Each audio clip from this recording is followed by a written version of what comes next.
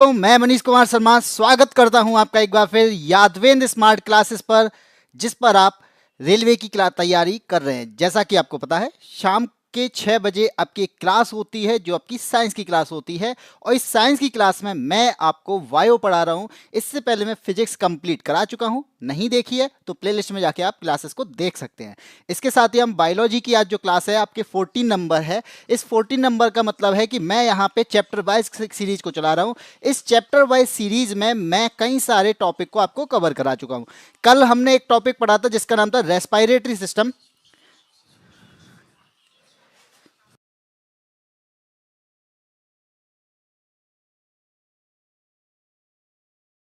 कल जो हमने पढ़ा था वो था आपका रेस्पिरेटरी सिस्टम, और रेस्पिरेटरी सिस्टम को हमने कंप्लीट कर लिया था। तो आज हम एक नए टॉपिक के साथ में हैं, और उस टॉपिक का नाम है ब्लड सर्कुलेटरी सिस्टम, यानी रक्त परिसंचरण तंत्र। तो अब हम इस टॉपिक को समझेंगे। तो आप जितने भी साथी मेरे साथ में जुड़ रहे हैं, शिखा सिंह है, स्टडीज लाइव गीता है, तो सभी को गुड इवनिंग। आप इस क्लासेस को पहले शेयर कर दीजिए, अपने साथियों को इनवाइट कीजिए जो कि आपके यहाँ पे बायोलॉजी पढ़ना चाहते हैं या फिर वो रेलवे की तैयारी कर रहे हैं और वास्तव में एक अच्छे तरीके से पढ़ना चाहते हैं और मेरे साथ में पढ़ना चाहते हैं। तो आप उनको इनवाइट कर सकते हैं और यहाँ पर उनको पढ़ाने का एक, कहते हैं ना कि एक बार क्लास लेके देखें, फिर उसके बाद में देखते हैं वो अगर रोजाना अपने आप ही जुड़ने लगेंगे। ठीक है, चलिए स्टार्ट करते हैं आज की क्लास में। और आज की जो क्लास है, इससे पहले मैं आपको बताना चाहता हूं कि हम लोग कल, जो कि डेट है आपकी 20 दिसंबर, और 20 दिसंबर दिन शुक्रवार को हम एक मैराथन चलाने वाले हैं जो आपकी लगातार 12 घंटे चलने वाली है। इस 12 घंटे चलने वाली मैराथन में आपका एसएससी जीडी का पूरा निचोड़, इसका मतलब है कि एसएससी जीडी की कंप्लीट तैयारी हम इसमें कराएंगे।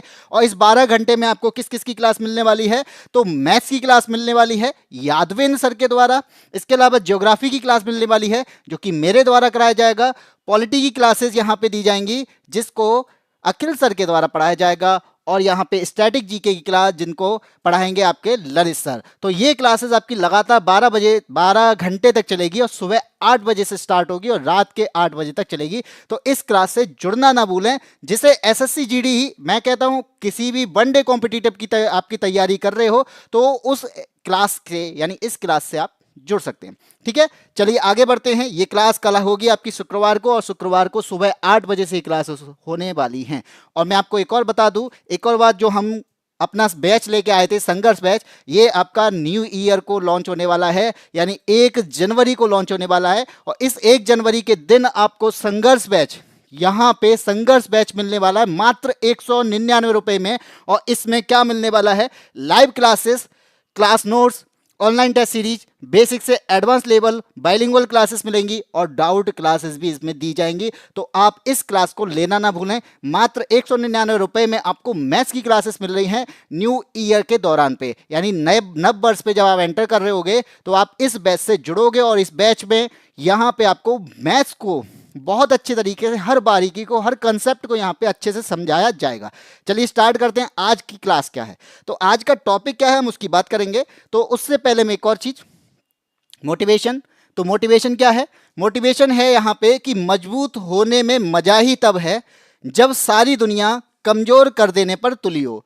तो इसका मतलब यह है कि आप मजबूत अगर तब होना, यानी जब आप कमजोर फील कर रहे हो, आपको लोग ताना दे रहे हो, तो इस टाइम पे मजबूत होना बहुत जरूरी होता है। और मैं ये कहना चाहूंगा कि आपको भी पता है कि आपके पड़ोसी, रिश्तेदार, कोई ना कुछ ताना मारते रहते हैं कि ये पढ़ता नहीं है या कुछ भी है। आप क्या करना है? आपको तैयारी अपनी अपनी प्रॉपर लगानी है। आपको किसी पर फोकस नहीं करना है। जो कह रहा है, जो ताना मार रहा है, उसे ताना मारने दो, लेकिन उसको चुप कराना होगा वो अपनी सक्सेस के द्वारा। तो भले ही आप शांत रहो, लेकिन एक दिन ना एक दिन आपकी सक्सेस खुद आकर बोलेगी, जो भी आपको ताने मिल रहे हैं। तो आपको बस मजबूती से टिके रहना है जब तक आपको सक्सेस नहीं मिल जाती है। चलिए बात करते हैं आज का आपका टॉपिक। जो टॉपिक है आपको यहां पे दिखाई दे रहा होगा, जिसका नाम है सर्कुलेटरी सिस्टम। और इस सर्कुलेटरी सिस्टम की बात करेंगे तो सर्कुलेटरी यहां पे क्या चीज हो रही है?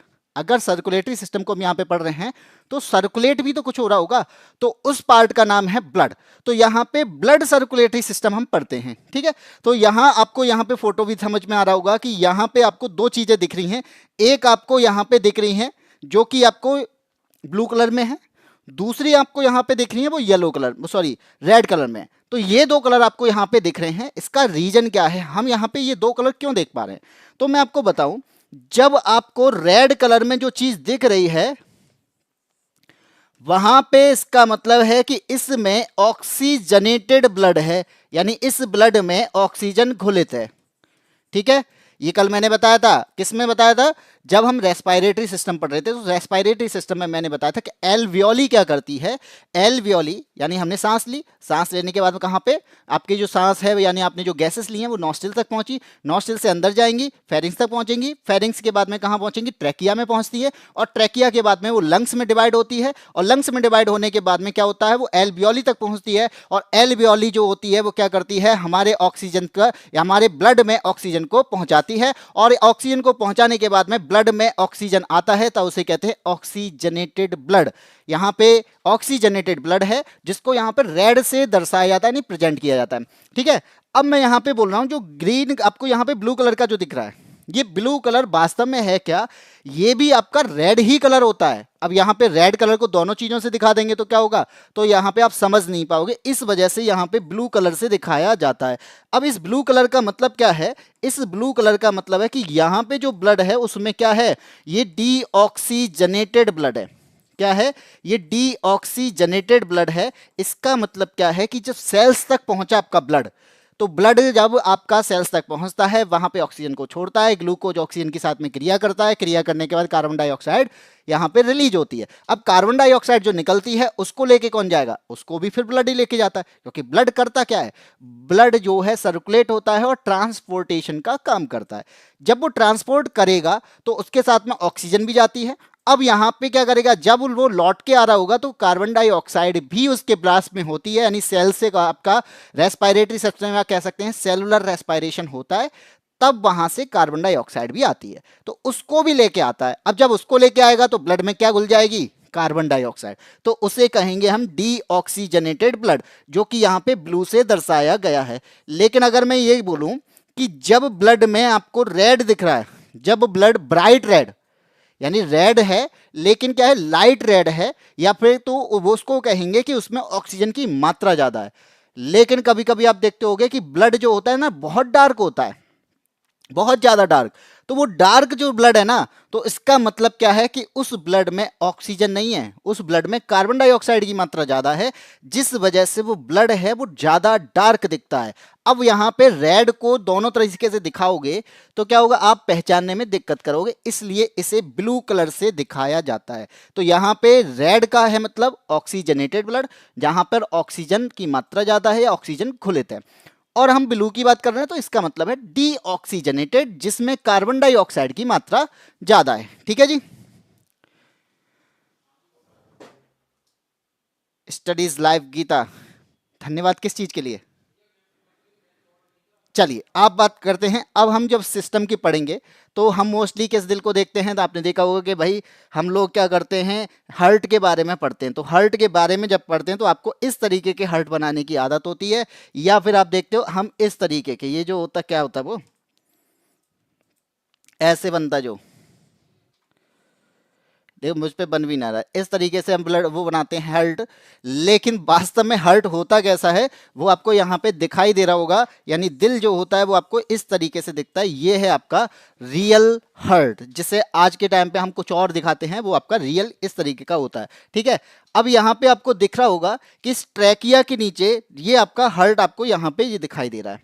ठीक है, ये हर्ट जो है यानी जो आपका यहाँ पे जो दिल है, ये दिल करता क्या यहाँ पे, ये यहाँ पे सर्कुलेटरी सिस्टम, आपका जो सर्कुलेटरी सिस्टम है यहाँ पे ब्लड को पंप करने का काम है इसका।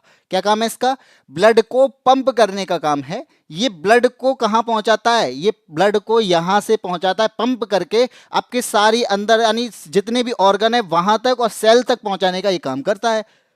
ठीक है, तो ये काम इसका किसका है, ये काम है हार्ट का। तो हम अभी तक जो कह रहे थे ना कि ब्लड के हार्ट के अंदर जो कमरे होते हैं, हार्ट में कोई रहता है, लेकिन वास्तव में हार्ट में 4 कमरे होते हैं। अब उसको हम कहते हैं 4 चैम्बर होते हैं। हमारे हार्ट में 4 चैम्बर होते हैं, लेकिन उसमें रहता कौन है, ब्लड ही रहता है, और वो ब्लड पंप होता है। जब उसमें ऑक्सीजन आ जाएगा तो वो ब्लड पंप होके बाहर निकल जाएगा, और जब उसके पास में कार्बन डाइऑक्साइड आता है तो कार्बन डाइऑक्साइड भी ब्लड तक, यहाँ पर हार्ट तक पहुंचता है। हार्ट से पहुंचने के बाद में वो कहाँ जाता है, फेफड़ों तक जाता है। ठीक है, चलिए अब मैं आपको यहाँ पे बताता हूँ कि थोड़ा सा, मैं ये अब जो फोटो है उस पर ध्यान ना देके एक अपने को समझने के तरीके से देखते हैं। ठीक है, यहाँ पे मैंने बोला कि ये है आपका लंग्स यानी फेफड़ा। ठीक है, ये है आपका फेफड़ा, ये जो आपको सामने यहाँ पे दिखाई दे रहा है। इसके नीचे यानी होता लंग्स के पास ही है, लेकिन मैं यहाँ पे नीचे की तरफ में बना रहा हूँ कि ये आपका क्या है, ये है आपका हार्ट, ये मैंने बना दिया। ठीक है, ये हार्ट बना दिया यानी ये आपका दिल है। अब इस दिल की बात करेंगे, यानी दिल में क्या है कि यहाँ पे आपका दो चैम्बर दिखेंगे, यानी ये आपका चैम्बर दिखेगा। इस तरीके से मैं बना रहा हूँ, ये चैम्बर है। ठीक है, अब यहाँ पे जो बीच वाला पार्ट है जो इन दोनों को क्या कर रहा है, सेपरेट कर रहा है। तो जो सेपरेट कर रहा है उसे हम कहते हैं क्या, सेप्टम कहते हैं। जो यहाँ पे दोनों पार्ट को क्या कर रहा है, सेपरेट कर रहा है, उसे क्या कहेंगे, सेप्टम कहते हैं। ठीक है, अब जो आपको यहाँ पे दिख रहा है इसे कहते हैं लेफ्ट आर्ट्रियम। ठीक है, इसे क्या कहते हैं, लेफ्ट आर्ट्रियम कहते हैं। इसके अलावा इसे कहेंगे इसे कहेंगे राइट आर्ट्रियम। ठीक है, इसके अलावा अब यहाँ पे जो नीचे की तरफ में दिख रहा है, इसे नीचे की तरफ में क्या कहेंगे, इसे कहेंगे लेफ्ट वेंट्रिकल, और ये आपका राइट वेंट्रिकल। ठीक, अब नीचे मैं बना देता हूं यहाँ पे कोई बॉडी ऑर्गन या फिर कोई सेल। अब होता क्या है कि जब आपके पास में जो ब्लड होता है, वो ब्लड यहाँ पे डीऑक्सीजनेटेड ब्लड यहाँ पे है, यानी ये कैसा है, ऑक्सीजनेटेड ब्लड है। अब ऑक्सीजनेटेड ब्लड जो है वो आपका जाता है, निकलता है, और निकलता कहाँ पहुँचता है, ये बॉडी ऑर्गन तक पहुँचता है। कहाँ तक पहुँचता है, ये बॉडी के ऑर्गन तक पहुँचता है। कहाँ से निकला, लेफ्ट वेंट्रिकल से जो ब्लड निकलता है, और ये ब्लड जो होता है कैसा होता है, ऑक्सीजनेटेड ब्लड होता है, यानी इसमें ऑक्सीजन की मात्रा होती है, तो यानी घुलित ऑक्सीजन होती है, तो ये ऑक्सीजनेटेड ब्लड कहलाता है। अब इस ऑक्सीजन के वाले ब्लड को लेके गया, कौन लेके गया, तो इसे लेके जाती है आर्टरी। कौन लेके जा रही है, आर्टरी लेके जाती है, जिसे आप कहते हो धमनियां। तो ये धमनियां जो होती हैं ये क्या करती हैं, ये यहां से लेफ्ट वेंट्रिकल से ब्लड को, ऑक्सीजनेटेड ब्लड को लेके जाती हैं, और लेके जाकर कहां पे छोड़ती हैं, ये आपका कोई बॉडी का ऑर्गन है, या फिर मैं कहूंगा ये सेल है। ठीक है, ये है कोशिका, तो इस कोशिका तक लेके जाती हैं। अब इस कोशिका में होगा क्या, ये हम कल पढ़ चुके हैं। कोशिका में क्या होता है, सेलुलर रेस्पायरेशन होता है। क्या होता है, सेलुलर रेस्पायरेशन होता है। अब ये सेलुलर रेस्पायरेशन जो होगा वो होगा कहाँ पे, माइटोकॉन्ड्रिया में होता है। माइटोकॉन्ड्रिया में क्रेब्स साइकिल की वजह से क्या बनता है, तो कार्बन डाइऑक्साइड बनता है। ठीक है, तो एटीपी ऊर्जा मिलती है, ऊर्जा के अलावा यहाँ पे कार्बन डाइऑक्साइड मिलता है। तो यहाँ तक आपका ऑक्सीजनेटेड ब्लड आया सेल के पास में। अब इस सेल के पास से जाएगा भी तो कहीं, तो इस सेल के पास से ये जो ब्लड है ये कहाँ जाता है, राइट वेंट्रिकल में जाता है। यहाँ पर हमारे पास में कार्बन डाइऑक्साइड जो बना उसको ब्लड लेके जाता है, और इसी को मैं कहता हूं क्या, डीऑक्सीजनेटेड ब्लड। ठीक है, अब इसमें कार्बन डाइऑक्साइड की मात्रा होती है, तो इसे कहेंगे डीऑक्सीजनेटेड ब्लड। कहाँ जा रहा है, राइट ऑर्ट्रियम में। कहाँ गया, राइट ऑर्ट्रियम में। अब क्या होगा, अब यहां पर जो आपका ऑक्सीजनेटेड ब्लड था धमनियों के माध्यम से सेल तक पहुंच रहा था, अब वही आपका वीन्स के माध्यम से, ये क्या है, ये वीन कहलाती है, जिसे आप हिंदी में कहते हो शिराएं, यानी शिरा के माध्यम से कहां जा रहा है, राइट ऑर्ट्रियम में जा रहा है। यहां पर अब क्या होगा, तो यहां पर अब होगा ये कि जो ये आपको मैंने ये आप पार्ट दिखाए थे ना, ये दोनों पार्ट ये होते हैं आपके वॉल्व। और ये वॉल्व करते क्या है, ये वॉल्व जो हैं यहां से ब्लड को, ये डीऑक्सीजनेटेड ब्लड को कहां लेके जाते हैं, राइट वेंट्रिकल में। जो आपका डीऑक्सीजनेटेड जिसके अंदर कार्बन डाइऑक्साइड थी वो कहां आया, राइट वेंट्रिकल में। अब इस राइट वेंट्रिकल से ब्लड कहां जाएगा, ऊपर, कहां पे, लंग्स के पास जाता है। कहां पर जाता है, लंग्स के पास जाता है। क्यों जा रहा है, ये तो हम कल पढ़े थे। क्या पढ़े थे भाई, सेल के पास जो आपका कार्बन डाइऑक्साइड निकल के जाती है उसे कौन लेके आता है, उसे यहां पे ये कौन लेके आ रहा है, शिरा लेके आती है। कहां पर, हार्ट के पास में। और हार्ट के पास से क्या होगा, हार्ट के पास से राइट ऑर्ट्रियम से आपका वॉल्व के माध्यम से राइट वेंट्रिकल में जाता है, और राइट वेंट्रिकल से फिर कहां जाता है, लंग्स के पास। अब लंग्स के पास में क्या है भाई, एल्वियोली। और एल्वियोली करती क्या है, एल्वियोली यहां से कार्बन डाइऑक्साइड को खींचती है, यानी ब्लड से कार्बन डाइऑक्साइड को ये निकालती है। निकालने के बाद में क्या होगा, तो एल्वियोली से आपके फेफड़े से क्या होगा, बाहर निकल जाएगा क्या, कार्बन डाइऑक्साइड भी। तो यहां पर होता यही है। अब यहां पर अब जो हम सांस ले रहे हैं वो भी तो आपका लंग्स के पास आ रहा है, एल्वियोली के पास में आ रहा है, ऑक्सीजन आ रहा है। यहाँ पे ऑक्सीजन जो जाएगा यानी ब्लड में घुलित होगा, और ब्लड में घुलित होने के बाद में ये कहाँ पहुंचेगा, लेफ्ट ऑट्रियम में। और लेफ्ट ऑट्रियम में ये नीचे की तरफ में फिर आपका किस वॉल्व के माध्यम से, आपका लेफ्ट वेंट्रिकल में जाता है। ये प्रोसेस चलती रहती है, ये प्रोसेस जो है वो चलती रहती है। तो हमें क्या समझ में आया, ये आपका क्या है, ये आपका हार्ट है जिसमें 4 चैम्बर हैं, इसमें राइट एट्रियम और लेफ्ट एट्रियम, और इसके अलावा लेफ्ट वेंट्रिकल और राइट वेंट्रिकल। ठीक है, यहां से क्या होगा, यहां से ऑक्सीजनेटेड ब्लड जो है आर्टरी के माध्यम में सेल तक पहुंचता है। लेकिन लेफ्ट वेंट्रिकल जो होता है इससे पंप होता है। पंप क्यों हो रहा है, तो आप एक तरीके से समझ लो कि जैसे आप देखते हो ना, पाइप होता है, पाइप पे मैंने फोर्स लगा दिया या पाइप को दबा दिया तो क्या होगा, प्रेशर से पानी बाहर तक जाता है ना, दूर तक जाता है। तो ब्लड, ये आपका हार्ट भी ऐसा ही करता है। ये क्या करता है, प्रेशर से इसको बाहर फेंकता है। प्रेशर से फेंका क्यों, क्योंकि इसे कहाँ जाना है भाई, आपके पूरे शरीर में जाना है, और पूरे शरीर में ब्लड जाएगा तो प्रेशर से जाता है, और प्रेशर की वजह कौन, किसको प्रेशर मिलता है, धमनियों को प्रेशर मिलता है। यहाँ से पंप होके निकलता है, ऑक्सीजनेटेड ब्लड सेल तक पहुँचता है। सेल से कार्बन डाइऑक्साइड निकलती है, कार्बन डाइऑक्साइड में जो आपका डीऑक्सीजनेटेड ब्लड है वो आपका कहाँ जाता है, फिर वो आपका राइट एट्रियल तक जाता है। राइट एट्रियम से कहाँ जाएगा, आपका यहाँ पे वॉल्व के माध्यम से राइट वेंट्रिकल में, और राइट वेंट्रिकल से लंग्स में, और लंग्स से एल्वियोली में, और एल्वियोली से कहाँ, एल्वियोली से ट्रैकिया से होते हुए बाहर। ठीक है, फिर हमने सांस ली, कार्बन डाइऑक्साइड ऑक्सीजन सब आया, लेकिन एल्वियोली से क्या हुआ, ऑक्सीजन निकल के आई। ऑक्सीजन कहाँ घुलित हुई, ब्लड में घुलित हुई। ब्लड में घुलित हुई तो क्या हुआ, वो उसको लेके गया कहाँ पर, लेफ्ट ऑट्रियम तक। अब इसके बाद में फिर आया कहाँ पर, लेफ्ट वेंट्रिकल तक। तो ये सारी प्रोसेस चलती रहती है, ये प्रोसेस जो है ये आपकी चलती ही रहती है। तो इसी तरीके से आपका सर्कुलेटरी सिस्टम काम करता है।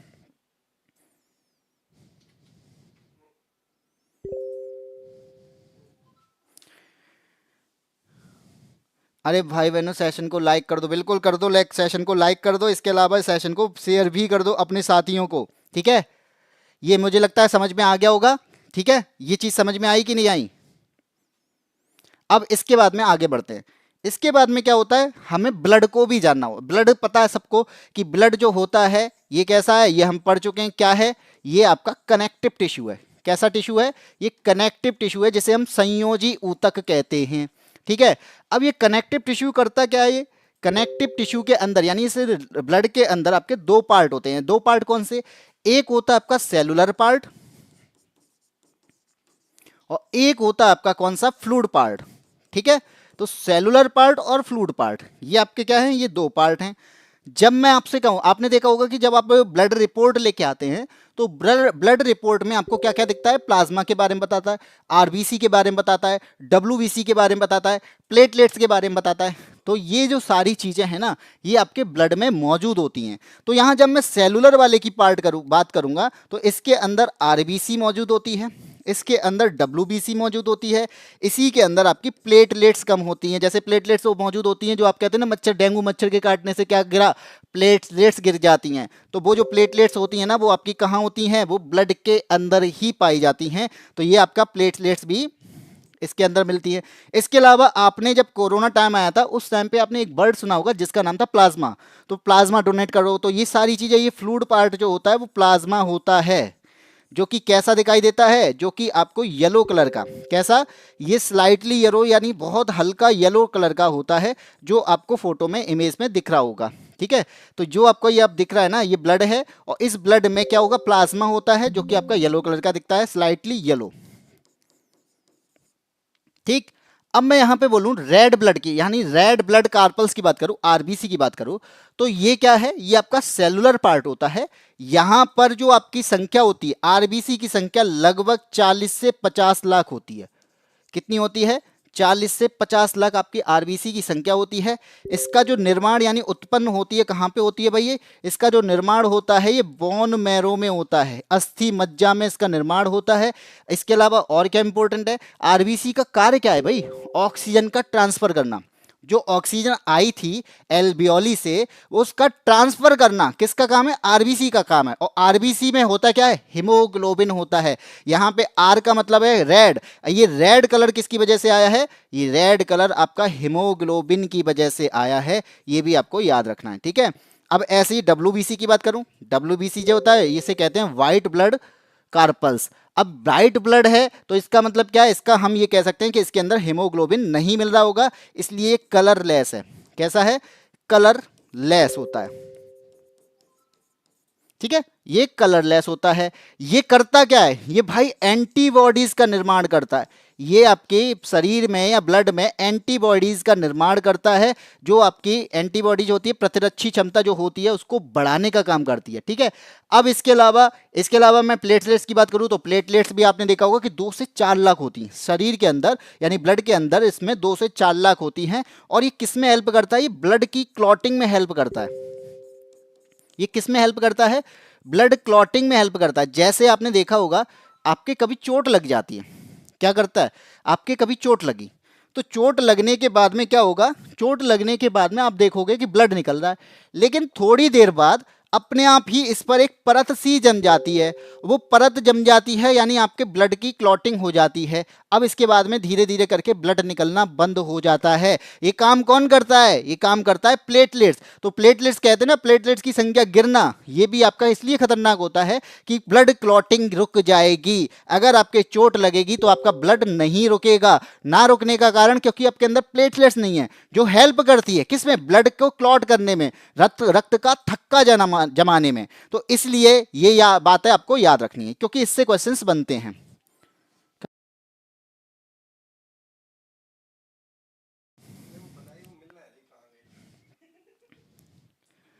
ब-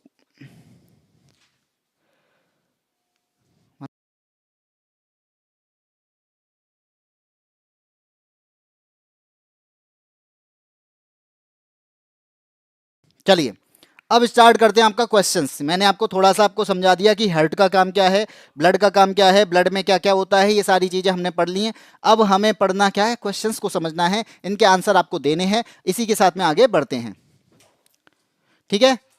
हाँ बिल्कुल गीता, क्वेश्चन स्टार्ट कर दिए हैं यहाँ पे। अब मैंने क्वेश्चन नंबर पहला आ गया है, आपके सामने आ चुका है।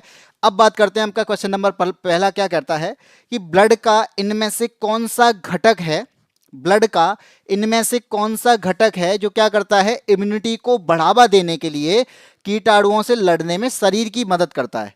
इम्यूनिटी को बढ़ावा देने के लिए तो ब्लड का ऐसा कौन सा पार्ट है जो इम्यूनिटी को बढ़ावा देने के लिए एंटीबॉडीज का निर्माण करता है? तो ये मैंने अभी बताया था कि ब्लड के अंदर यानी कितनी पार्ट मिलते हैं? आरबीसी मिलता है, डब्ल्यूबीसी मिलता है, प्लेटलेट्स मिलती है। इसके अलावा ब्लड के अंदर और क्या? फ्लूइड पार्ट में क्या होता है? प्लाज्मा होता है। ये सारी चीजें आपके ब्लड में मिलती हैं। अब मैं यहाँ पे बात करूं कि इनके सबके अलग अलग काम है। जैसे आरबीसी का काम क्या था? आरबीसी का काम था ऑक्सीजन को ट्रांसपोर्ट करना। यहाँ पर क्या कर रहा है? वो हीमोग्लोबिन के माध्यम से क्या कर रहा है? हीमोग्लोबिन उसको लेके जाता है, ट्रांसफर करता है, ठीक है, ऑक्सीजन वाले ब्लड को। इसके बाद दूसरा पार्ट डब्ल्यूबीसी, डब्ल्यूबीसी का काम है एंटीबॉडीज का निर्माण करना। और प्लेटलेट्स का काम क्या है? प्लेटलेट्स का काम है रक्त का थपका जमाना, जिसे हम कहते हैं ब्लड की क्लॉटिंग करना। तो यहाँ पे आपका आंसर क्या हो जाएगा? तो यहाँ पे भाई प्रतिरक्षा क्षमता यानी इम्यूनिटी सिस्टम बनाना है, यानी इम्यूनिटी को बढ़ाना है। तो यहाँ पे इम्यूनिटी को बढ़ाने के लिए हमें किसका निर्माण करना पड़ेगा भाई? एंटीबॉडीज का निर्माण करना पड़ेगा। और अगर एंटीबॉडीज का निर्माण की बात आई है तो ये निर्माण करेगा कौन? इसको उत्पन्न करेगा कौन? तो हमेशा याद रखना, इसको काम करने वाला कौन होगा? वो होगा आपका डब्ल्यूबीसी, व्हाइट ब्लड कार्पल्स होगा, जिसे हम कहते हैं श्वेत रक्त कणिकाएं। अगर मैं यहाँ पे बात करूँ इनका निर्माण कहाँ होता है? अभी डब्ल्यूबीसी का जो निर्माण है, इसका जो निर्माण होता है ये कहाँ होता है? बोन मैरो के अंदर होता है। किसके अंदर? बोन मैरो के अंदर, जिसे हम कहते हैं अस्थि मज्जा, ठीक है। डेथ कहाँ होती है? या फिर कहेंगे कि आपका जो बोन मैरो के अलावा किस में और होता है? प्लीहा के अंदर होता है, स्प्लिन के अंदर। इसे और क्या कहा जाता है? तो याद रखना डब्ल्यूबीसी का एक दूसरा नाम है जिसे हम कहते हैं ल्यूकोसाइट। डब्ल्यूबीसी का दूसरा नाम है जिसे हम कहते हैं ल्यूकोसाइट। इनका जीवन जो होता है लगभग 12 से 20 दिन के होता है। और ये जो कलर कैसा होता है भाई, इनका कलर होता ही नहीं है, ये रंगहीन होते हैं। ठीक है, तो आंसर क्या हो जाएगा इसका, ऑप्शन नंबर बी आंसर हो जाएगा, श्वेत रक्त कणिकाएं। ठीक है, हाँ फर्स्ट का ऑप्शन भी अर्पिता पांडे स्टडीज लाया बिल्कुल सही है। शिखा सिंह ल्यूकोसाइट्स कहते हैं, बिल्कुल सही, ल्यूकोसाइट्स कहते हैं हम किसको, डब्ल्यूबीसी को। डब्ल्यूबीसी का दूसरा नाम है ल्यूकोसाइट। आगे बढ़ते हैं, अगले क्वेश्चन पे आते हैं, क्वेश्चन नंबर 2। क्वेश्चन नंबर 2 कहता है कि मानव हृदय में यानी हमारे हार्ट में एक होता है पल्मनरी वीन्स होती है जिसे हम फुफ्फुसी सिरा कहते हैं। तो फुफ्फुसी सिरा जो है वो किससे जुड़ा होता है, ये बात पूछी जा रही है। फुफ्फुसी सिरा जो होता है जिसे हम पल्मनरी वीन्स कहते हैं, ये किससे जुड़ा होता है ये पूछा जा रहा है। ऑप्शन आपके सामने है, बाएं आलिंद जिसे हम आर्ट्रियम कहते हैं, दाएं आलिंद यानी दायां आदि आलिंद जो दायां आर्ट्रियम है, इसके अलावा बाएं निलय जिसे वेंट्रिकल कहते हैं, और दायां निलय यानी राइट वेंट्रिकल। तो ये आपके 4 चैम्बर होते हैं। जब मैं अपने दाएं की बात करूंगा तो दायां कौन सा है, ये वाला पार्ट आपका दायां होगा। अब इस दाएं वाले पार्ट में कौन कौन सी चीजें होंगी, तो आपका लेफ्ट ऑट्रियम होगा और लेफ्ट वेंट्रिकल होगा। अब हार्ट के दाएं वाले पार्ट में क्या होगा, तो दाएं वाले पार्ट में आपका राइट ऑट्रियम और राइट वेंट्रिकल होगा। जो मैंने आपके चैम्बर बनाए थे, जो आपको वहां पे ना समझ में आ रहे हो, तो यहाँ पे देख सकते हो कि इस तरीके से अगर मैं 4 चैम्बर बनाऊं तो यहाँ पे लेफ्ट ऑट्रियम जिसे हम आलिंद कहते हैं, और ये आपका राइट ऑट्रियम जिसे हम राइट यानी दायां आलिंद कहते हैं। ऐसे आपका क्या होगा, लेफ्ट वेंट्रिकल राइट वेंट्रिकल, ऊपर आलिंद होता है नीचे निलय होता है। ठीक है, ऊपर आलिंद चाहे दोनों की बात कर लो, और दोनों ही निलय कहाँ होंगे, वो नीचे की तरफ में होंगे। अब हमसे पूछा जा रहा है फुफ्फुसी सिरा की बात की जा रही है। देखो शिराएं, जितनी भी शिराएं होंगी हमारे शरीर में, जितनी भी शिराएं होती हैं उनका काम क्या होता है, उनका काम होता है डीऑक्सीजनेटेड ब्लड को लाना। क्या काम होता है उनका, डीऑक्सीजनेटेड ब्लड को लाना। तो यहाँ पे मैंने बोला सेल है, अब ये सेल करेगी क्या, ये सेल्स में जो डीऑक्सीजनेटेड का मतलब क्या है, कार्बन डाइऑक्साइड वाला ब्लड। तो यहाँ से ब्लड को लेके जाएगी कहाँ, राइट ऑट्रियम में। कौन लेके जा रहा है, ये वीन्स लेके जा रही हैं, यानी सिराएं लेके आ रही हैं। लेकिन एक चीज याद रखनी है, जब हमारे पास में किसकी बात हो, जब हमारे पास में पल्मनरी वीन्स की बात हो, तो ये पल्मनरी वीन्स जो होती है, ये हमेशा याद रखना, ये उसके उल्टा काम करेगी, किसके, शिराओं के उल्टा काम करेगी। कैसे, कि ये जो है ये लंग्स से निकलती हैं और आपका कहाँ जाती हैं, लेफ्ट आर्ट्रियम में। कहाँ जाएंगी, बाएं आलिंद में। तो इसे ही मैं कहूंगा फुफ्फुसीय सिरा या पल्मनरी वीन्स कहूंगा। और ये कहाँ जा रही है, ये आपका ऑक्सीजन वाला ब्लड लेके जा रही है। तो ये ऑक्सीजन वाला ब्लड कहाँ से लेके आई, लंग्स से लेके आई, फेफड़े से लेके आई। किसने बनाया, ये आपका ऑक्सीजन किसने घुलित किया, वो किया एल्वियोली ने। एल्वियोली का काम है यानी यहाँ से ऑक्सीजन को निकालना। ऑक्सीजन किसने ब्लड में डाला, एल्वियोली ने। और यहाँ से जैसे ही घुलित हुआ वो कहाँ पहुंचा, लेफ्ट ऑट्रियम में। इसके बाद लेफ्ट वेंट्रिकल में आपके किसके माध्यम से जाएगा, वॉल्व के माध्यम से। और यहाँ से वॉल्व के माध्यम से जाने के बाद में यहाँ से ब्लड पंप होगा और यहाँ पे सेल्स तक जाएगा। ये काम किसका था, ये काम था आपका लेफ्ट वेंट्रिकल से जाने का, यानी पंप करने का काम था, जो आपका सेल्स तक पहुंचाया इसने ब्लड को। ये बात समझ में आई। लेकिन पूछा क्या हमसे, पल्मनरी के बारे में पूछा है। तो पल्मनरी क्या कर रही है, ये कर रही है यहाँ से लंग्स से आपका ब्लड लेके जा रही है, ऑक्सीजन वाला ब्लड लेके जा रही है। और लेफ्ट आर्ट्रियम में, यानी इसका मतलब क्या है, जिसे हम बायां आलिंद कहते हैं, तो बायां आलिंद पर ये लेके जाती है। इसका आंसर हो जाएगा ऑप्शन नंबर ए। बाकी आप देखोगे कि जो सिराओं का काम क्या है, इसका उलट होता है। जब मैं फुफ्फुसी सिरा बोलूंगा इसका काम ऑक्सीजन वाला है, और जब केवल शिरा बोलूंगा तो ये इसका काम है डीऑक्सीजन वाला। ठीक है, तो फुफ्फुसी सिरा ऑक्सीजनेटेड ब्लड को लेके जाएगा जिसमें ऑक्सीजन होगी, और आपका केवल शिराओं की बात होगी तो शिराएं हमेशा डीऑक्सीजनेटेड ब्लड को लेके जाती हैं जिनमें कार्बन डाइऑक्साइड होता है, यानी सेल्स के बाद में ये कहां लेके जाएंगी, ये आपका राइट वाले में लेके जाएंगी। ठीक है, लेफ्ट वाले में कौन लेके जाएगा, फुफ्फुसी सिरा, और राइट वाले में कौन लेके जाएगा, केवल शिरा। हाँ जी, सबका आंसर आ गया, ऑप्शन नंबर ए आंसर होगा, बायां आलिंद। आलिंद यानी ऊपर वाला। चलिए आगे बढ़ते हैं, क्वेश्चन नंबर 3 क्या कहता है, रक्त का निम्नलिखित में से कौन सा घटक थक्कों के निर्माण में सहायता करता है। तो रक्त का ऐसा कौन सा घटक है जो थक्का बनाता है, क्लॉट बनाता है? तो ब्लड क्लॉटिंग करने वाला हमसे यहाँ पे पूछा जा रहा है। तो ब्लड क्लॉटिंग करता कौन है? मैंने बताया था कि ब्लड के पास में 3 चीजें, कौन कौन सी चीजें? RBC, WBC, platelets. आरबीसी का काम क्या था? आरबीसी का काम था ऑक्सीजन को एक जगह से दूसरी जगह पर ट्रांसपोर्ट करना। कौन लेके जा रहा है? हीमोग्लोबिन लेके जा रहा है। ठीक है, क्या किसके पास है हीमोग्लोबिन? आरबीसी के पास है। अब मैं डब्ल्यूबीसी की बात करूं तो डब्ल्यूबीसी क्या करेगा? डब्ल्यूबीसी यहां पे क्या करता है? डब्ल्यूबीसी यहां पे एंटीबॉडीज का निर्माण करता है। इसके अलावा ब्लड क्लॉटिंग की बात करूंगा तो ब्लड क्लॉटिंग क्या करेगा? ये प्लेटलेट्स जो है, यानी प्लेटलेट्स जो है वो आपकी ब्लड क्लॉटिंग करती है। जब चोट लग जाती है तो उस जगह पर ये धीरे धीरे इकट्ठा होती हैं और इकट्ठा होकर खून का बहना रोकती हैं। तो यहाँ पे ये क्या होगा इसका आंसर? इसका आंसर होगा ऑप्शन नंबर बी, यानी बिम्बाणु, जिसे हम प्लेटलेट्स कहते हैं, जो कि आपको यहाँ पे दिखाई दे रहा होगा कि चोट लगने के बाद में यहाँ पे जो ब्लड निकल रहा था तो धीरे धीरे करके यहाँ पे क्या हुआ? धीरे धीरे करके यहाँ पे प्लेटलेट्स इकट्ठा हुई और वहां पे क्लॉटिंग कर दी, जिसके बाद में ब्लड निकलना बंद हो जाता है। ठीक है, हरिओम कुशवाहा का आंसर आ गया ऑप्शन नंबर बी, तो बिल्कुल सही है, ऑप्शन नंबर बी इसका आंसर होगा। आगे बढ़ें, अगले पर आए। Question number 4। क्वेश्चन नंबर 4 क्या कहता है?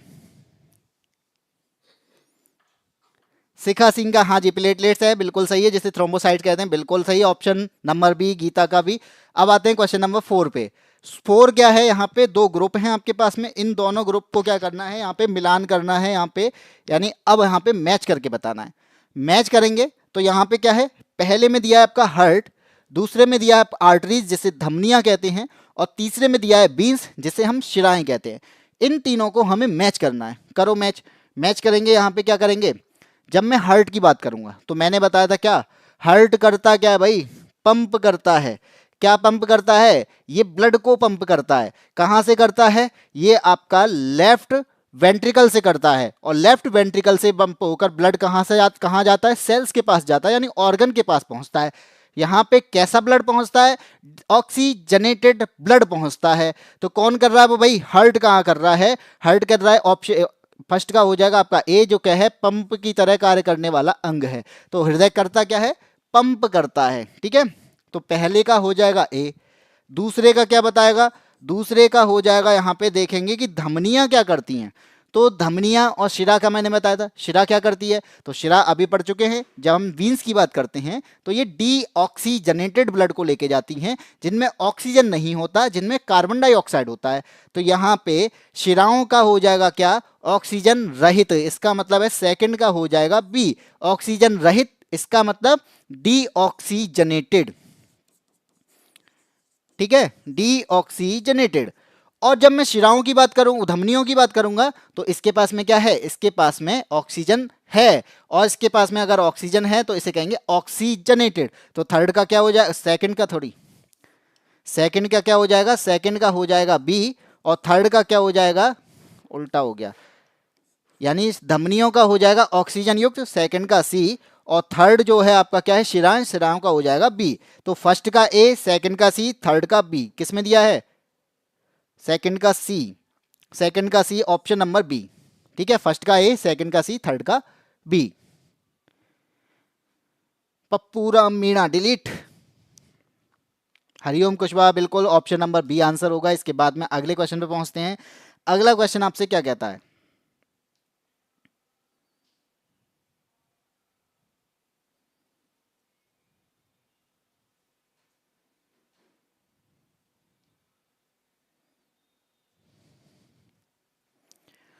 अगला क्वेश्चन है आपका, यहां पे बात आ रही है हाई ब्लड प्रेशर की।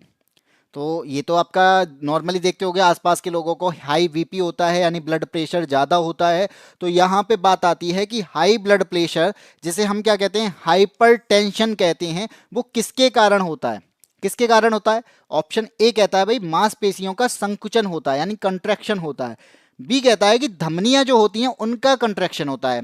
सी कहता है शिराएं जो होती हैं उनका रिलैक्सेशन होता है। और डी कह रहा है यहाँ पे धमनियों का रिलैक्सेशन होता है। यहाँ पे आंसर क्या होगा जब मैं हाई बीपी की बात करूंगा? तो आपको वैसे भी पता है कि जब मैं ब्लड प्रेशर की बात करूं, ब्लड प्रेशर जो होता है, तो ब्लड प्रेशर जो होता है रक्त का दबाव। अब रक्त का दबाव किस पर होगा ये बताओ? रक्त का दबाव जो होगा वो किस पर होगा, यहां पे बताओ पंप कौन कर रहा है, हार्ट कर रहा है। पंप कौन कर रहा है, हार्ट कर रहा है। जैसे ही हार्ट अगर पंप करेगा तो यहां से ऑक्सीजनेटेड ब्लड निकलेगा। कैसा ब्लड जाएगा, हार्ट से आपका ऑक्सीजनेटेड ब्लड जाएगा। और हार्ट से अगर ऑक्सीजनेटेड ब्लड की बात आती है तो पंप होने के बाद में ये कहाँ जाता है, ये आपका कहाँ जाता है, ये आपका जाता है कहाँ पर, आर्टरीज में। कहाँ जाता है, ये आर्टरीज में जाता है, जिसे हम धमनियां कहते हैं। अब आप एक बार बताओ, जब प्रेशर पूरा किस पर है भाई, आर्टरीज पर है, तो यहाँ पे आर्टरीज अगर क्या हो जाए, आर्टरीज में संकुचन हो जाए तो प्रेशर कैसा होगा, यहाँ पे पंप जो होगा ब्लड का, यहाँ पे सर्कुलेशन जो होगा वो बहुत तेजी से होगा। तो इस वजह से यहाँ पे आर्टरी जो होगी यानी इसका क्या हो जाता है, संकुचन हो जाता है, जिस वजह से आपका हाई ब्लड प्रेशर वाली बीमारी होती है। तो बीपी नॉर्मल जो बीपी होता है उसे कहते हैं हम 120/80। ठीक है, इसे हम क्या कहेंगे, 120/80, जिसमें आपका 120 जो होता है इसे हम कहते हैं सिस्टोल, और जो 80 होता है उसे कहते हैं हम डायस्टोल। ठीक है, जब मैं यहाँ पे हाई बीपी की बात करूं, अब हाई बीपी कर दिया तो हाई बीपी से क्या होगा, यहाँ पे हाई बीपी अगर मैं बात करूं जिसे हाइपरटेंशन कहते हैं, तो ये जो आपको दिख रही ना, ये क्या हो जाएगा, ये बढ़ जाएगा। कितना हो जाएगा, ये हो सकता है 140 चला जाए, ये हो सकता है 80 की जगह पे क्या हो जाए, ये 90 हो जाए या 90 प्लस चला जाए। तो ये आपका क्या हो जाएगा, ये आपका हाई ब्लड प्रेशर कहलाता है, जिसे हम हाइपरटेंशन कहते हैं। इसके अलावा एक और चीज होता है भाई, प्रेशर लो भी तो हो सकता है।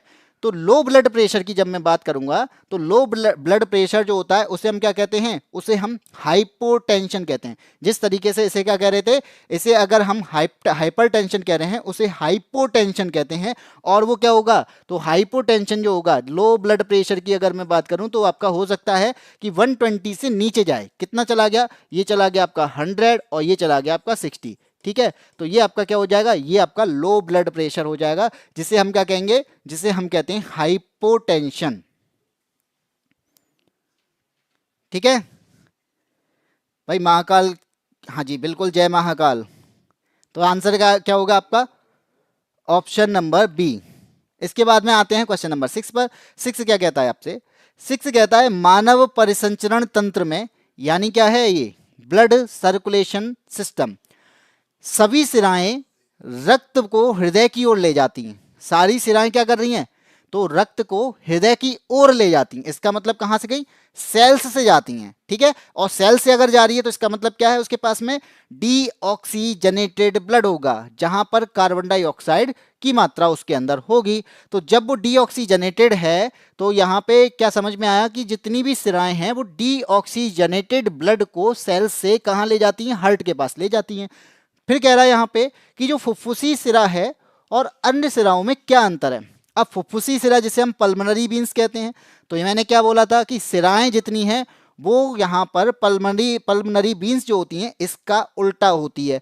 अगर ये ऑक्सीजनेटेड डीऑक्सीजनेटेड को लेके जा रहा है तो पल्मोनरी ऑक्सीजनेटेड को लेके जाएगी। तो इसका आंसर क्या हो जाएगा, इसका आंसर हो जाएगा, पहला कहता है फुफ्फुसी सिरा में रक्त का प्रवाह दाब के साथ होता है, बी कहता है फुफ्फुसी सिरा में एक छोटी ल्यूमन होती है, सी कहता है यहाँ पे फुफ्फुसी सिरा ऑक्सीजन युक्त रक्त से लेके जाता है। तो इसका आंसर क्या हो जाएगा, ऑप्शन नंबर सी हो जाएगा कि फुफ्फुसी सिरा जो होती है वो ऑक्सीजनेटेड ब्लड को लेके जाती है। कहाँ से, वो आपका लंग्स से कहाँ लेके जाएगी, वो आपके हार्ट में लेके जाएगी। क्या लेके जाएगी, लंग्स से यानी फेफड़ों से हार्ट यानी आपके हृदय तक लेके जाएगी। और जैसे ही हृदय से कहाँ लेके जाएंगे, सेल्स तक जाएगा, तो वो कौन लेके जाती हैं, वो धमनियां लेकर जाती हैं। और जैसे ही सेल्स से आपका सेलुलर रेस्पायरेशन होता है तो सेलुलर रेस्पायरेशन के बाद में कार्बन डाइऑक्साइड उसमें मिल जाती है। तो जैसे ही कार्बन डाइऑक्साइड उसके साथ घुलती है तो वो आपकी शिराओं का काम होता है कि आपका सेल से हार्ट तक को उनको लेके जाएं। तो सेल से हार्ट तक लेके जाने का काम किनका होता है, शिराओं का होता है। अब वो डीऑक्सीजनेटेड जो ब्लड है, वो डीऑक्सीजनेटेड ब्लड को कौन लेके जाएगा, लंग्स के पास में, तो उसको लेके जाती हैं धमनियां। कौन सी धमनी, महाधमनी जिसे बोलते हैं। तो वो आपकी कहाँ लेके जाएंगी, वो लंग्स के पास लेके जाती हैं। और एल्वियोली वहां से कार्बन डाइऑक्साइड को खींचती है और एल्वियोली के बाद में वो ट्रैकिया से होते हुए कार्बन डाइऑक्साइड और ऑक्सीजन जितनी भी गैसेस होती हैं वो बाहर निकल जाती हैं। ठीक है, जय हिंद रूबी गौतम। चलिए क्वेश्चन नंबर 7। 7 कहता है मानव रक्त का तरल भाग जिसे क्या कहा जाता है, जल, लवण और प्रोटीन से बना होता है। तो ये कौन सा भाग है जो यहाँ पे जल, लवण और प्रोटीन से बना होता है? तो मैंने क्या बताया था कि ब्लड को आप दो पार्ट कहते हैं, ब्लड में दो पार्ट हैं। कौन कौन से पार्ट होते हैं? एक आपका होता है फ्लूइड पार्ट। कौन सा पार्ट? Fluid part. दूसरा कौन सा होता है? दूसरा आपका होता है सेलुलर पार्ट। ठीक है। फ्लूइड पार्ट जो होता है जिसे हम क्या कहते हैं, प्लाज्मा कहते हैं, जो कि आपका स्लाइटली येलो कलर का होता है। सेलुलर की बात करेंगे तो इसके अंदर डब्ल्यूबीसी, आरबीसी और प्लेटलेट्स पाए जाते हैं। ठीक है। तो ये किसके पास में? सेलुलर के पास में। तो मैंने ये सारी चीजें बताई थी। आरबीसी का काम क्या है? तो आरबीसी का काम है यहाँ पे ब्लड को ट्रांसपोर्ट, यहाँ पे ऑक्सीजन को ट्रांसपोर्ट करना। डब्ल्यूबीसी का काम क्या है? तो डब्ल्यूबीसी का काम अगर मैं यहाँ पे कहूँ तो डब्ल्यूबीसी का जो काम है वो क्या है? वो एंटीबॉडीज का निर्माण करना है। और प्लेटलेट्स का काम क्या है? वो यहाँ पे रक्त का थक्का जमाने में यानी ब्लड की क्लॉटिंग करने में हेल्प करता है। ठीक है। और जब मैं इसकी बात करूं फ्लूइड पार्ट की यानी प्लाज्मा की, इसके अंदर आपका क्या पाया जाता है? वाटर होता है, इसके अंदर सॉल्ट भी पाए जाते हैं, इसके अंदर प्रोटीन भी मिलता है। और अगर मैं प्रोटीन की बात करूं, ठीक है, तो प्रोटीन कौन कौन से मिलते हैं? तो अगर एक प्रोटीन मिलता है जिसे कहते हैं हेपेरिन। इसके अंदर एक प्रोटीन है जिसका नाम है हेपेरिन, जो इनमें क्या करता है? क्लॉटिंग को रोकता है। तो ये आपका एंटी क्लोटिंग प्रोटीन है। ठीक है। हेपेरिन जो होता है, कई बार पूछा भी गया है हेपेरिन कहाँ मिलता है, तो आपका प्लाज्मा के अंदर मिलता है। ये आपका प्रोटीन होता है जो क्या करता है? एंटी क्लोटिन प्रोटीन कहलाता है। इसके अलावा एक प्रोटीन होता है जिसे कहते हैं ग्लोबुलिन। ठीक है। इसे क्या कहते हैं? ग्लोबुलिन कहते हैं। तो यहां पे ये क्या करेगा? ये आपके अंदर हीमोग्लोबिन का निर्माण करवाएगा। ये क्या करता है? हीमोग्लोबिन का निर्माण करने में हेल्प करता है, जिसकी वजह से इसका रंग जो होगा यानी धीरे धीरे आपके ब्लड के अंदर जो रंग मिलता है लाल, उसके निर्माण में हेल्प कर पा रहा है ये।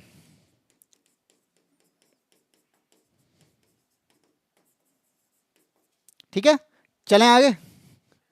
इसका आंसर क्या हो जाएगा फिर? इसका आंसर हो जाएगा जिसके पास में वाटर भी है, लवण भी है और प्रोटीन भी है, वो कौन है? वो है आपका प्लाज्मा। तो आंसर हो जाएगा ऑप्शन नंबर बी। हाँ, हेपेरिन क्लॉटिंग को रोकने का काम करता है, जिस वजह से इसे एंटी क्लॉटिंग प्रोटीन कहते हैं। ठीक है। चलो आगे बढ़ते हैं। Question number 8। 8 आता है यहां पे, एक वयस्क मानव हृदय का औसत वजन कितना होता है? यहां पे समझ में आ रहा है? पूजा शमशान घाट में यमराज के पास। एक वयस्क मानव के पास में जो हार्ट होता है, हृदय होता है, इसका जो आपका वजन होता है, इसका वजन पूछा जा रहा है वो कितना होगा। तो यहाँ पे आपके पास में ऑप्शन है भाई 240 ग्राम, बी यहाँ पे 300 ग्राम, सी यहाँ पे कहता है 255 ग्राम और डी कहता है यहाँ पे 390 ग्राम। तो कितना वजन होता है मानव हृदय का? तो यहाँ पे महाकाल की दीवानी पूजा शर्मा ने आंसर दे दिया ऑप्शन नंबर ए, शिखा सिंह का आंसर आ चुका है option number A, Pappu Ram Meena दिए आंसर दिया है ऑप्शन नंबर ए। तो मैं बता दूं कि यहाँ पे वयस्क की बात हो रही है, अडल्ट ह्यूमन की जब बात आएगी तो इसका जो एवरेज निकलता है वो लगभग आपका कितना निकलता है? 300 ग्राम निकलता है। कितना निकलता है? इसका वजन 300 ग्राम होता है। और मैं अगर यहाँ पे बात करूं कि अगर एक पुरुष की बात की जाए तो पुरुष के अंदर क्या है, इसका जो एवरेज होगा वो लगभग आपका 300 से 350 ग्राम होता है। कितना होगा? 300 से 350 ग्राम। और आपके यानी गर्ल्स की बात की जाए या फिर महिला की बात की जाए तो वजन कितना होगा? 250 से 300 ग्राम के बीच होगा। और यहाँ पे जो बात की जा रही है वो आपकी दोनों की बात की जा रही है, तो इसका मतलब क्या है? वो जो वजन होता है वो लगभग आपका 300 ग्राम यानी एक एवरेज होता है। ठीक है। रूही से इस बात तो सही है, बट सर को आंसर शायद नहीं पता था तो आपने बता दिया।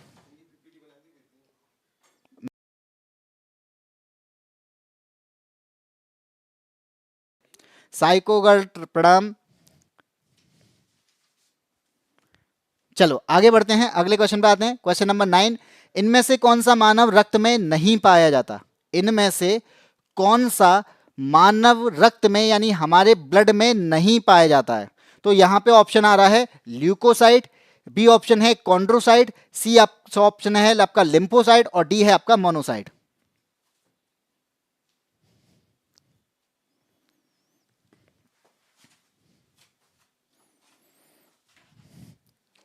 हार्ट ब्रोकन का वजन मुझे नहीं पता उसका वजन।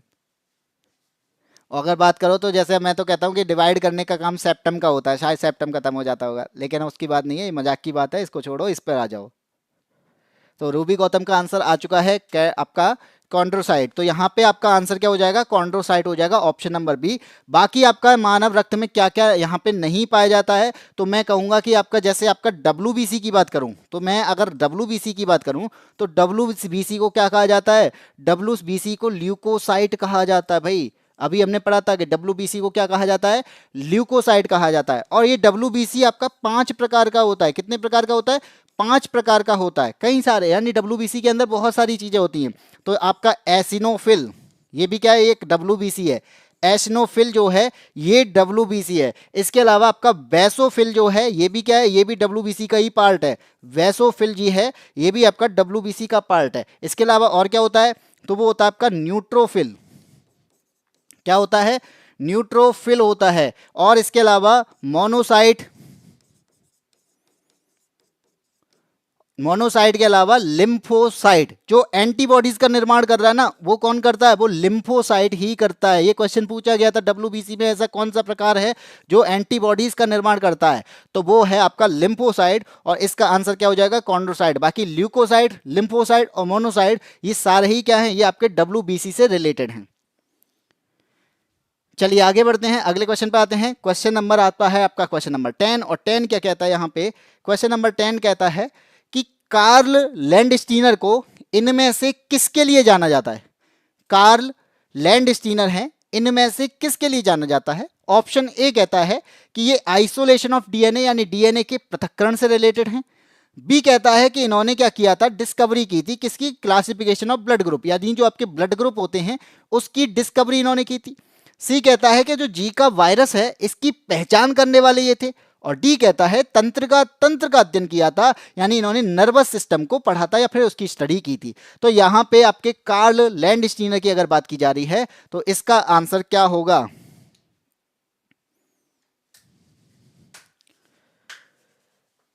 साइको गर्ल ने आंसर दे दिया ऑप्शन नंबर सी। तो यहां पे मैं बता दूं कि सी आंसर गलत है यहां पे।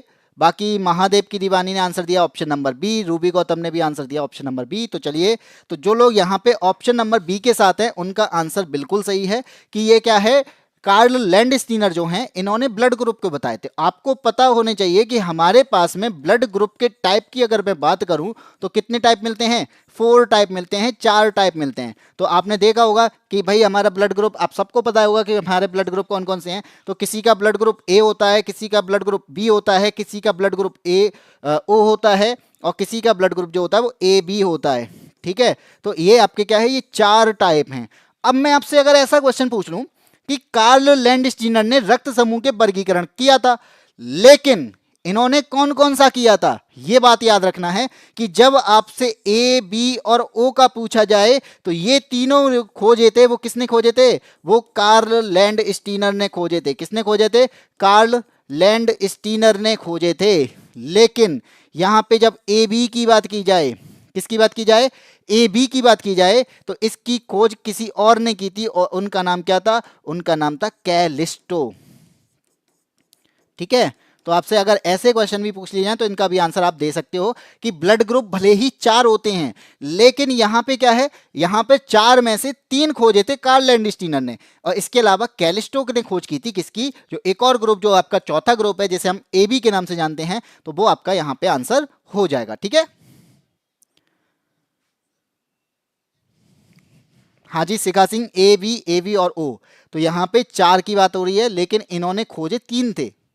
क्वेश्चन कभी कभी चेंज भी हो जाता है कि यहाँ पे AB की खोज किसने की, ऐसा क्वेश्चन पूछ लिया जाए तो हमारे दिमाग में आएगा कि भाई रक्त समूह के वर्गीकरण की खोज करने वाले तो कार्ल लैंडस्टीनर है, तो हो सकता है AB की खोज भी इन्होंने की होगी, लेकिन वास्तव में AB की खोज करने वाले कौन है, उनका नाम है कैलिस्टो। चलो आगे बढ़ते हैं, क्वेश्चन नंबर 11।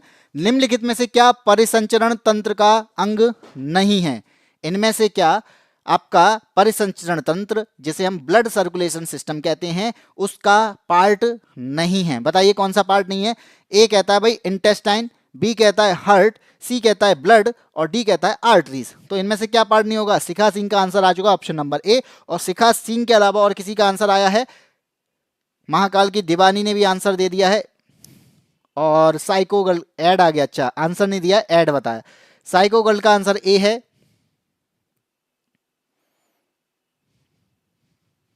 चलो, आंसर हो जाएगा आपका ऑप्शन नंबर ए। तो यहां पे क्या है, परिसंचरण तंत्र की बात हो रही है। सर्कुलेटरी सिस्टम में काम कौन कर रहा है? हार्ट काम कर रहा है। ठीक है, कौन कर रहा है? हार्ट काम कर रहा है। इसके अलावा हार्ट कौन किसे पंप कर रहा है? ब्लड को पंप कर रहा है।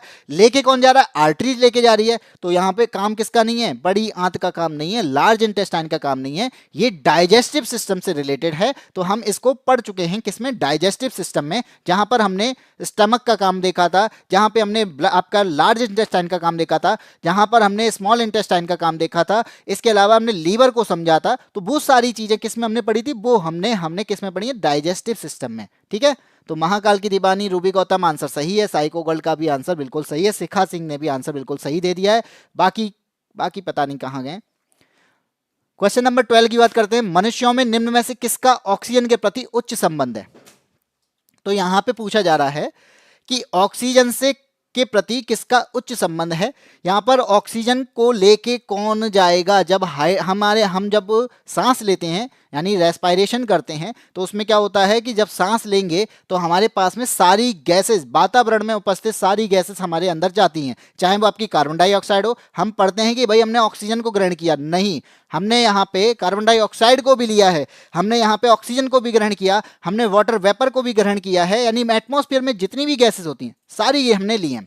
होगा क्या यहाँ पे, इसके बाद में प्रोसेस स्टार्ट होती है किसकी? इन चारों में से किसी एक की। तो वो ऑक्सीजन को लेके जाता है। कौन लेके जाता है? तो वो काम किसका? भाई ब्लड का काम है। और ब्लड में भी किसका काम है? तो उसका काम है आरबीसी का। तो यहां पे आरबीसी के अंदर क्या पाया जाता है? तो आरबीसी के अंदर हीमोग्लोबिन पाया जाता है। तो आंसर आपका ऑप्शन नंबर बी हो जाएगा। ठीक है, तो ऑक्सीजन का बहुत अच्छा दोस्त कौन है? वो है आपका हीमोग्लोबिन। तो हीमोग्लोबिन यहां पे ऑक्सीजन को लेके जाता है। और अगर मैं बात करूं तो हीमोग्लोबिन ऑक्सीजन के अलावा कार्बन मोनोऑक्साइड का भी बहुत अच्छा दोस्त है। कैसे? कि अगर इसके साथ में कार्बन मोनोऑक्साइड आ जाए, हम ऑक्सीजन भी लेते हैं, तो आपने देखा होगा कि हम कमरे में कभी कभी अंगीठी के लिए आता है कि कमरे में अंगीठी को जलाकर नहीं सोना चाहिए। क्यों नहीं सोना चाहिए? क्योंकि वहां पर जो कोयले होते हैं उससे कौन सी गैस निकलती? कार्बन मोनोऑक्साइड गैस निकलती है। और जब हम उसको भी लेते हैं, तो अगर हम उसको भी ले लें तो क्या होगा? तो हमारे शरीर में ऑक्सीजन भी जा रहा है, कार्बन मोनोऑक्साइड भी जा रहा है, लेकिन हीमोग्लोबिन जो है ना, इसका सबसे अच्छा दोस्त है। तो वो ऑक्सीजन को छोड़ देगा और कार्बन मोनोऑक्साइड को साथ लेके जाता है। लेकिन सेल को क्या चाहिए? सेल को तो ऑक्सीजन चाहिए, क्योंकि ऑक्सीजन अगर मिलेगी तो वो क्या बना देगी? Carbon dioxide. यहां पर एटीपी में एनर्जी को प्राप्त करेगी, उसके अलावा क्या करेगा? कार्बन डाइऑक्साइड भी लेगी। लेकिन यहां पे जब कार्बन मोनोऑक्साइड उसके साथ में जाती है तो सेलुलर रेस्पायरेशन तो होता है, लेकिन वहां पर आपका एटीपी में एनर्जी और कार्बन डाइऑक्साइड नहीं बन पाते हैं, जिस वजह से क्या होता है? जिस वजह से आदमी की मृत्यु हो जाती है। तो हम कहते हैं ना, क्यों मृत्यु हुई? तो वहां पे सेल का सेलुलर रेस्पायरेशन नहीं हो पाया। किस वजह से नहीं हो पाया? कि कार्बन मोनोऑक्साइड की वजह से नहीं हो पाया। क्यों नहीं हो पाया? क्योंकि अंगीठी से कार्बन मोनोऑक्साइड निकली थी। और यहाँ पे हीमोग्लोबिन जो है ना, वो ऑक्सीजन को नहीं लेके जाता, कार्बन मोनोऑक्साइड को लेके जाता है फिर। तो इसी वजह से यहाँ पर सेलुलर रेस्पायरेशन में दिक्कत होती है। ठीक है,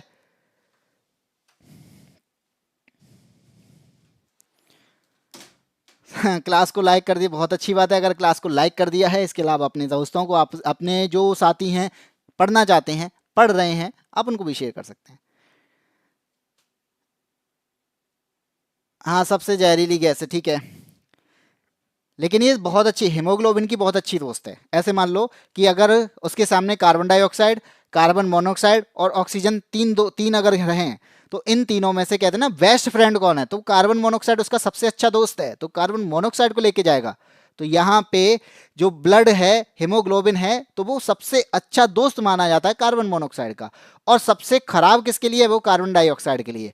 ऑक्सीजन ये है कि कार्बन मोनोऑक्साइड नहीं आ रहा भाई, ऑक्सीजन तो मैं लेके ही जाऊंगा, तब वो आपका ऑक्सीजन का है। ठीक है,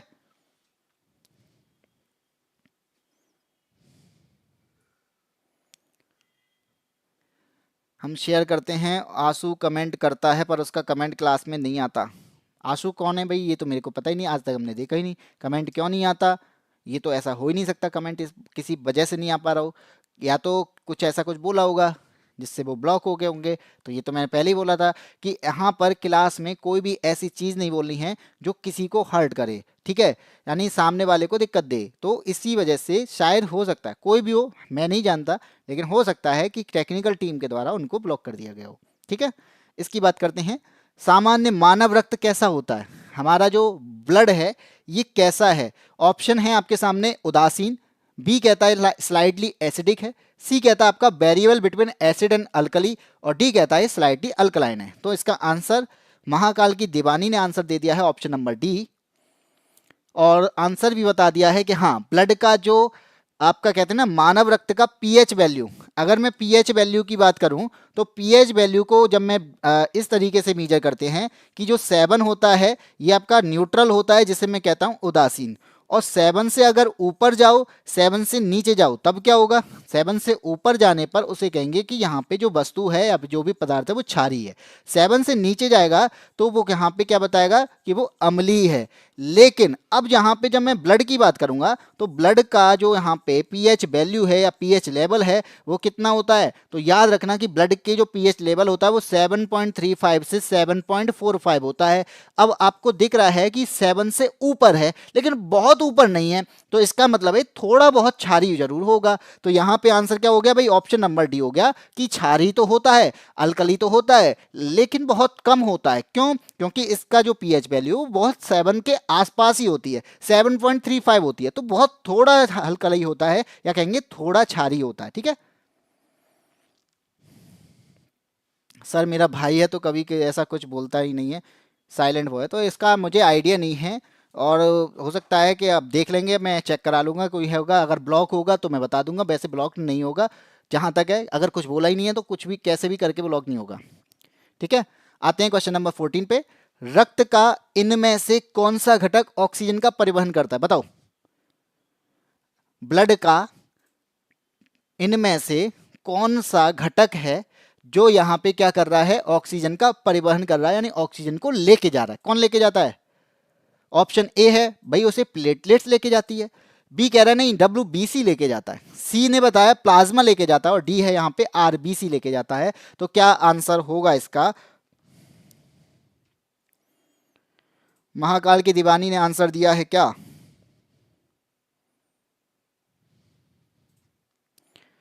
option number D Ruby Gautam का आंसर डी है, और महाकाल की दीवानी दोनों ने आंसर दे दिया है रेड ब्लड सेल, बिल्कुल सही, ऑप्शन नंबर डी यहाँ पे आंसर होगा। तो यहाँ पे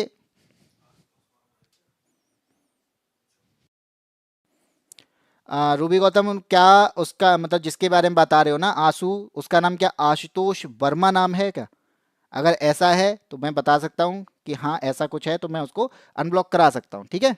तो रूबी गौतम बता दीजिए कि उनका जो नाम है वो आशुतोष वर्मा है क्या, बता दीजिए, जब तक मैं आगे क्वेश्चन पे आता हूँ, क्वेश्चन नंबर 15 पे। तो ये तो बता दिया ऑक्सीजन का परिवहन कौन करता है, ब्लड करता है, लेकिन ब्लड में कौन करता है, आरबीसी करता है, आरबीसी में भी कौन लेके जाता है, हेमोग्लोबिन। तो आपका यहाँ पे यस सर, ठीक है, चलो मैं हो गया, अनब्लॉक हो गया है, ठीक है, उनको मैंने अनब्लॉक करवा दिया है। तो आपका आशुतोष वर्मा जो हैं उनको कह दीजिएगा कि अब आप यहाँ पे कमेंट कर सकते हो, कोई दिक्कत नहीं है, लेकिन अगर ठीक है। क्वेश्चन नंबर 15 ये लास्ट क्वेश्चन है, आज की क्लास का आखिरी क्वेश्चन है, और ये क्वेश्चन क्या कहता है, ये क्वेश्चन कहता है कि हृदय मेम्ब्रेन यानी जो आपके हार्ट की जो मेम्ब्रेन होती हैं, तो यहाँ पे मेम्ब्रेन की दो परतों से यानी वो दो परतों से ढका होता है, इन झिल्लियों को क्या कहा जाता है। तो ये पूछा जा रहा है कि हार्ट मेम्ब्रेन जो होती है इसे क्या कहा जाता है। ऑप्शन ए कहता है इसे पल्मोनरी मेम्ब्रेन कहा जाता है, बी कहता है इसे पेरिकार्डियल मेम्ब्रेन कहा जाता है, सी कहता है यहाँ पे प्री केबल मेम्ब्रेन कहा जाता है, और डी कहता है सिस्टमैटिक मेम्ब्रेन कहा जाता है। और पूजा ने आंसर दे दिया ऑप्शन नंबर बी। तो यहाँ पे मैं बता दूं कि जैसे आपकी हार्ट की जो मेम्ब्रेन होती है, हार्ट मेम्ब्रेन की अगर मैं बात करूं तो आपकी सबसे ऊपरी जो परत होती है तो ये आपकी किसकी नहीं होती है, ये आपकी पेरिकार्डियल मेम्ब्रेन की होती है। किसकी होती है, तो ये आपकी पेरिकार्डियल मेम्ब्रेन यहाँ पे जो बना है वो किसका है, पेरिकार्डियल मेम्ब्रेन का बना है। अब ये पेरिकार्डियल मेम्ब्रेन में भी कितनी लेयर होती हैं, वही 3 लेयर होती हैं। कितनी लेयर होती हैं, 3 लेयर होती हैं। अब मैं यहाँ पे 3 लेयर की बात करूँ तो एक होती है सबसे अंदर की तरफ में होगी जिसे मैं इनर बोलूंगा, इसके अलावा एक होगा मिडिल में, और एक होगा कहाँ पर, एक होगा आउट में यानी आउटर लेयर। तीनों की बात करते हैं। अब मैं इन तीनों में बताऊं इनर लेयर जो होती है उसे हम क्या कहते हैं, एंडोकार्डियन कहते हैं। क्या कहते हैं, एंडोकार्डियन कहते हैं। ये याद रखना कि जो इनर लेयर होती है उसे एंडोकार्डियन कहा जाता है। ठीक है, मिडिल वाले पार्ट को क्या कहते हैं, उसे मेयोकार्डियन कहते हैं।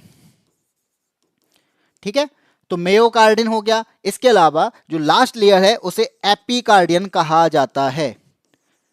तो आपसे अगर ऐसे भी क्वेश्चन पूछ लिए जाए कि एंडोकार्डियन, मेयोकार्डियन, एपिकार्डियन किसके पार्ट हैं, तो आपके हार्ट की मेम्ब्रेन के पार्ट हैं, जो कि पेरिकार्डियल मेम्ब्रेन से बना होता है। 3 लेयर होती हैं। अगर मैं यहाँ पे कहूँ हार्ट की जो एक्टिविटी होती है, तो हार्ट की एक्टिविटी को चेक करने के लिए ईसीजी का यूज किया जाता है, जिसे इलेक्ट्रोकार्डियोग्राफी कहते हैं। तो यहाँ पे कार्डियो से रिलेटेड जितनी भी चीजें आएंगी उसका मतलब ही क्या है, वो हार्ट से रिलेटेड होगा। तो यहाँ पे कार्डियो की बात आ रही है तो इसका मतलब है कार्डियल की बात आई, तो कार्डिया भी क्या है, ये किससे रिलेटेड है, हार्ट से रिलेटेड है। इसलिए आंसर क्या हो गया, ऑप्शन नंबर बी होगा। सर अब मेरी एक और क्लास स्टार्ट होती है 7 बजे से, थैंक्स गुरु जी। 7 बजे से हमारे यहाँ भी क्लास स्टार्ट होती है। जो आपकी किसकी क्लास होगी, वो आपकी जीएस की क्लासेस होगी। तो जीएस की क्लासेस से जुड़ना ना भूलें। इसी के साथ में मेरी क्लास का ये आपका आखिरी क्वेश्चन था। और ये मैं बता दूं कि हम लोग लेके आ रहे हैं 12 घंटे का निचोड़, यानी 12 घंटे लगातार एक क्लास लेके आ रहे हैं, जिसका नाम है एसएससी जीडी की महा मैराथन। और एसएससी जीडी की प्रिपरेशन करने वाले जितने भी साथी हैं वो इस क्लास से जुड़ सकते हैं और यहाँ पर 12 घंटे में या पूरी तरीके से रिवीजन कर सकते हैं। तो इस क्लास से जुड़ना ना भूलें। ये हमारे साथ में यादबिन स्मार्ट क्लासेस के साथ में, और इस क्लासेस को शेयर भी जरूर कर दीजिएगा। तब तक के लिए आज की क्लास में इतना ही रखते हैं। फिर मिलते हैं आपको कल एक नई क्लास के, कल आपकी महामैराथन के साथ में। ये क्लास आपकी बायो की अब परसों होगी, क्योंकि कल है आपकी महामैराथन जो 12 घंटे चलने वाली है। तो उस क्लास से जरूर जुड़िएगा। ठीक है, और सभी का बिल्कुल स्कोर अगर आपका कितने 9/10 है, तो 10 में से अगर 9 क्वेश्चन आपके अगर बायो में सही हो रहे हैं तो मुझे लगता है कि आपका बहुत अच्छा स्कोर है। और यहाँ पे साइंस से रिलेटेड जितने भी चीजें आती हैं, यानी जिसमें भी आपका वेटेज साइंस का अच्छा रहता है या बायो का वेटेज अच्छा रहता है, तो आपके लिए ये बहुत बेनिफिशियल होने वाला है। ठीक है, तो चलिए आज की क्लास में इतना ही रखते हैं। कल फिर मिलते हैं आपको महा मैराथन के साथ में, जो 20 तारीख को सुबह, शुक्रवार को सुबह 7-8 बजे से होनी है, 8 बजे से रात के 8 बजे तक। तो आप जुड़ना ना भूलें। तब तक के लिए जय हिंद, जय भारत।